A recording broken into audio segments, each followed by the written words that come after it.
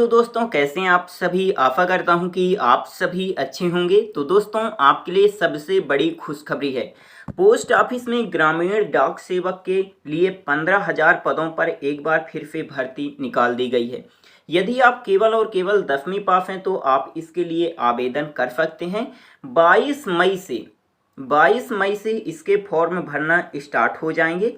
तो दोस्तों इस वीडियो में हम बात करेंगे, यदि आपके 10th में इतने परसेंटेज हैं तो आपको फॉर्म जरूर भरना चाहिए, और किस राज्य में कितना सीट है इसके बारे में भी हम इस वीडियो में डिस्कस करेंगे। तो वीडियो को शुरू से लेकर लास्ट तक देखिएगा, और यदि आपको कुछ भी पूछना है आप कमेंट जरूर करिएगा, ठीक है। तो चलिए दोस्तों स्टार्ट करते हैं। आप यहाँ देख सकते हैं दोस्तों, government of ministry of communication department of post GDS section, मतलब कि पोस्ट ऑफिस की तरफ से ये नोटिफिकेशन जारी किया गया है, ठीक है। आप यहाँ डेट भी देख सकते हैं, 20 मई 2023 को ये नोटिफिकेशन जारी किया गया है। इसके बाद आप यहाँ देख सकते हैं कि ग्रामीण डाक सेवक ऑनलाइन इंगेजमेंट स्पेशल साइकिल मई 2023, ठीक है। इसके बाद आप यहाँ देख सकते हैं कि ग्रामीण डाक सेवक की एक बार फिर से नई भर्ती निकाली गई है, जिसके लिए आप आवेदन कब से कर सकते हैं। तो आप यहाँ देख सकते हैं कि आप रजिस्ट्रेशन यानी फॉर्म कब से भर सकते हैं। तो 22 मई 2023 से आप इसके लिए आवेदन कर सकते हैं, और 11 जून 2023 तक आप इसके लिए आवेदन कर पाएंगे, ठीक है। इसके बाद दोस्तों आप थोड़ा इसको ध्यान दीजिएगा, यदि आपके फॉर्म में कुछ भी गलती हो जाती है तो आप 12 जून 2023 से लेकर 14 जून 2023 तक सुधार कर पाएंगे, ठीक है। तो आप इस डेट को थोड़ा ध्यान में रखिएगा, और यदि आपके फॉर्म में कुछ भी गलती हो जाती है तो आप अपने फॉर्म में सुधार कर लीजिएगा। इसके बाद आप यहाँ सैलरी देख सकते हैं। ब्रांच पोस्ट मास्टर की जो सैलरी होती है तो 12,000 रुपये से लेकर 29,380 रुपये पर मंथ होती है, और असिस्टेंट ब्रांच पोस्ट मास्टर की सैलरी कितनी होती है तो 10,000 रुपये से लेकर 24,470 रुपये यहाँ सैलरी होती है, ठीक है। इसके बाद दोस्तों यहाँ पास काम क्या क्या करना पड़ता है तो मैं आपको बाद में बताऊँगा, तो वीडियो को लास्ट तक जरूर देखिएगा, ठीक है। इसके बाद दोस्तों आपको यहाँ पास एज लिमिट देखने के लिए मिल जाएगी। तो देखिए मिनिमम एज जो है तो 18 साल रखी गई है, और मैक्सिमम 40 साल, मतलब कि 18 साल से लेकर 40 साल तक के कैंडिडेट इन पदों के लिए आवेदन कर सकते हैं, GDS की पोस्ट के लिए आवेदन कर सकते हैं, ठीक है। और आपको उम्र में छूट भी मिल जाएगी दोस्तों। देखिए यदि आप SC ST कैटेगरी से हैं तो 5 साल की उम्र में छूट मिल जाएगी, OBC कैटेगरी से हैं तो आपको 3 साल की उम्र में छूट मिल जाएगी, ठीक है। EWS कैटेगरी से हैं तो आपको उम्र में छूट नहीं मिलेगी, आप इस बात को ध्यान में रखिएगा, ठीक है। आप यहाँ देख सकते हैं PWD कैंडिडेट है तो 10 साल की, फिर इसके बाद आप यहाँ देख पाएंगे, आप अपने हिसाब से देख लीजिएगा आप किस कैटेगरी के अंदर आते हैं, ठीक है। इसके बाद देखिए दोस्तों यहाँ पास थोड़ा एजुकेशन क्वालिफिकेशन ध्यान से समझिएगा।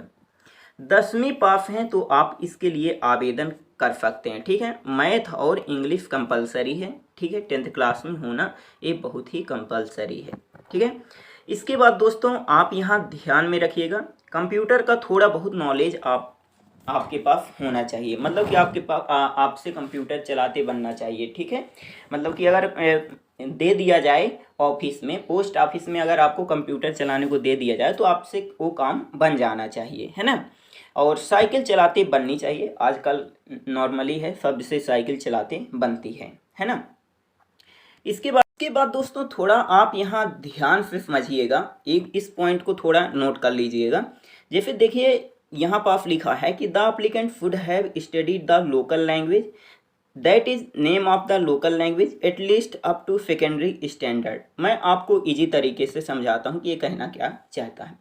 जैसे मान लीजिए आप MP के हैं, ठीक है, मध्य प्रदेश के हैं आप, और गुजरात सर्कल में आप आवेदन करना चाहते हैं, ठीक है। गुजरात सर्कल में आप आवेदन करना चाहते हैं, मतलब कि गुजरात स्टेट के लिए आप आवेदन करना चाहते हैं।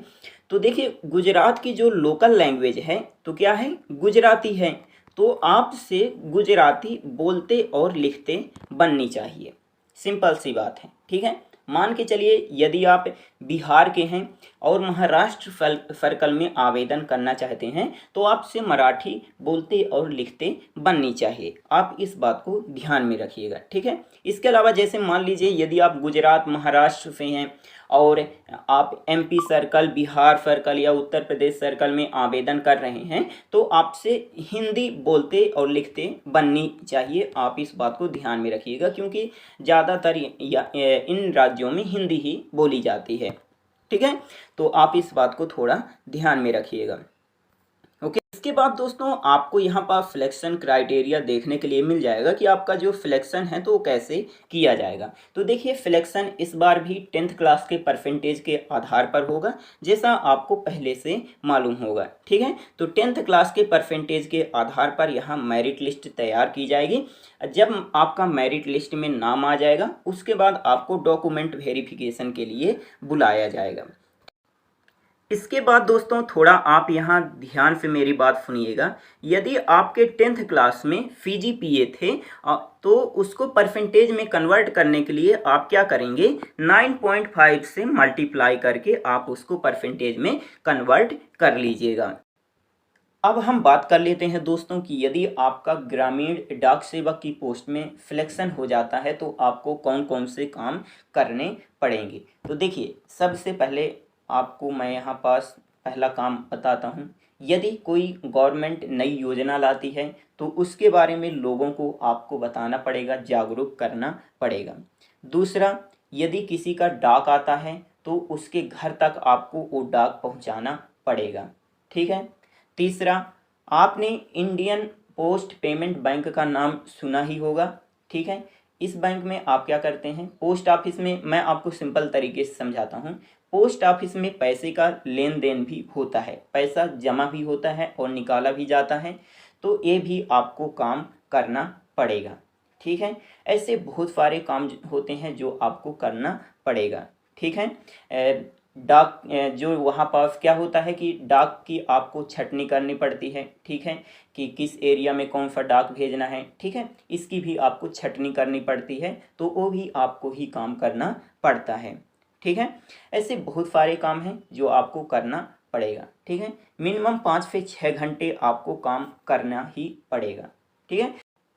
इसके बाद दोस्तों बहुत सारे स्टूडेंट का यही कमेंट होता है कि सर ग्रामीण डाक सेवक की पोस्ट में सिलेक्ट होने के लिए 10th क्लास में कितना परसेंटेज होना चाहिए। तो देखिए दोस्तों, मैं आपको यहाँ बिल्कुल साफ साफ बताता हूँ, मैं आपको ना निराश करूँगा और ना ही भटकाऊँगा, ठीक है। तो देखिए यदि आपके 10th क्लास में 80 परसेंटेज से ऊपर हैं, 80 परसेंटेज से ऊपर हैं तभी आप इस फॉर्म को भरिएगा, ठीक है। यदि आपके 10th क्लास में 80 परसेंटेज से कम हैं तो अब आप इस फॉर्म को मत भरिएगा, आपका सिलेक्शन नहीं होगा, ठीक है। यदि आपके 10th क्लास में 80 परसेंटेज हैं तभी आप इस फॉर्म को भरिएगा, ठीक है।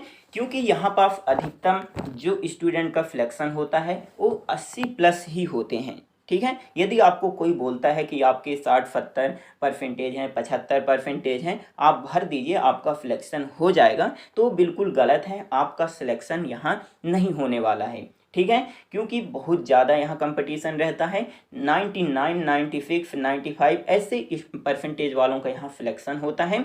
यहाँ पास मैं मिनिमम बता रहा हूँ, ठीक है।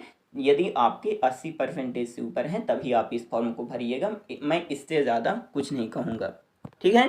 तो दोस्तों ये रही थोड़ी सी जानकारी, और यदि आपको कुछ भी पूछना है आप कमेंट जरूर करिएगा। मिलते हैं अगली वीडियो में, तब तक के लिए जय हिंद जय भारत।